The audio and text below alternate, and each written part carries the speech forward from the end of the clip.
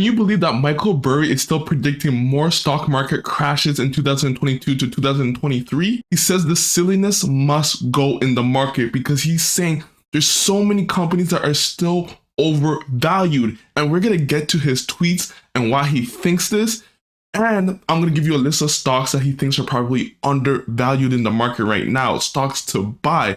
So before we get into this video, can you please like this video, subscribe to my channel? I'm always providing you guys with so much new content. So click that like button, click that subscribe button right now. On September 30th, 2022, Michael Burry just woke up and chose violence, tweeting this out. I don't know what got to him, but he always does this. He wants to kill all of these stocks in the market. So he's saying all these stocks are overvalued. Let's read this tweet really quickly. This morning, there were still 218 primary stock listings in the United States with a market cap over 1 billion and an EBITDA less than a negative 100 million. 29 of them had market caps over 10 billion, totaling 655 billion. Saying it again, all the silliness must go. So he's looking at all these companies with high ass market caps over 1 billion, earning less than $100 million in negative territory. Those stocks have never existed. And if they're existing, they always go down, down, down. So this is what he's pretty much saying. He's saying these stocks gotta get out of the market before the market is truly at a reasonable price.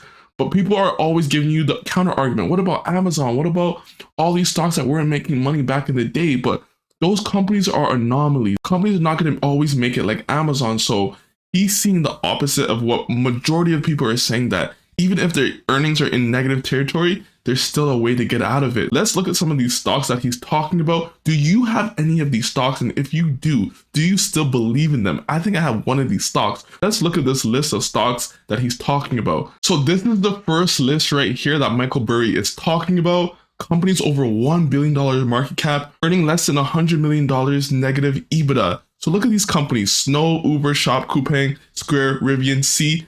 I don't know the rest of these companies: APO, SGEN. I know Lucid, ZS, ALNY. These companies are in negative EBITDA territory. So do you own any of these companies, man?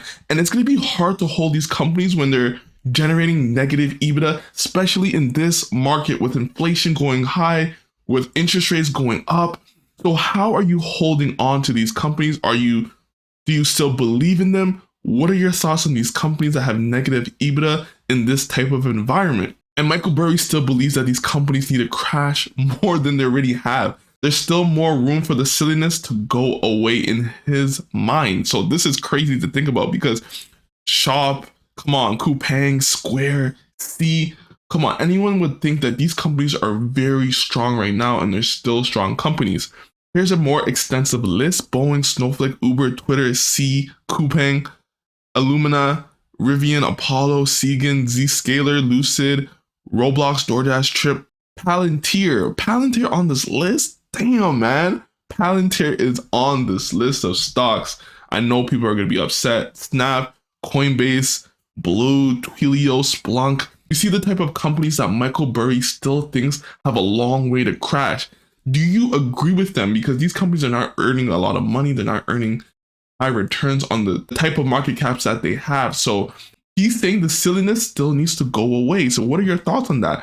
And now we're going to look at the opposite of what he thinks might be good companies to buy. Low price to cash flow businesses are different today versus 2000. Because they will buy back stock, buy back debt at a discount, and in general manage capital structure better.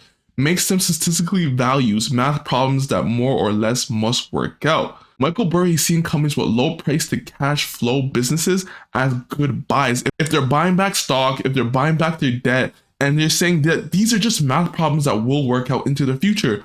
So I had a screener, a list of some of these companies, and I did a under 10 of price to free cash flow ratio, sales growth of over 10%, over 15% return on equity. And these were my three measurements. And here are the companies that I got. So I got these companies. These are not buys, but these are companies to look at. There was a bigger list, but these are the companies that I know and that I can kind of understand or have at least a thought process on them.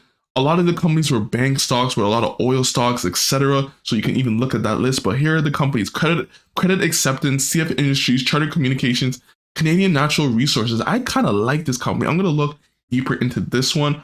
Marine Max, Malibu Boats. I own Malibu Boats, and I still think this company is super undervalued, underappreciated in the market. Occidental Petroleum, you know, who's buying that? Warren Buffett like crazy. So maybe we should look into it. But man, that stock price has been going crazy over the past 2 months since Warren Buffett has been buying it. Rocket Company, Thor Industries, Winnebago Industries. And Thor Industries is another value play / company to look at. I think this is a good buy as well, but I would have to do more research. So guys, what do you think about this small list of companies that I have that kind of fall under the stocks that Michael Burry is looking at? So what do you think about these companies, guys? Like this video and subscribe to my channel. Peace.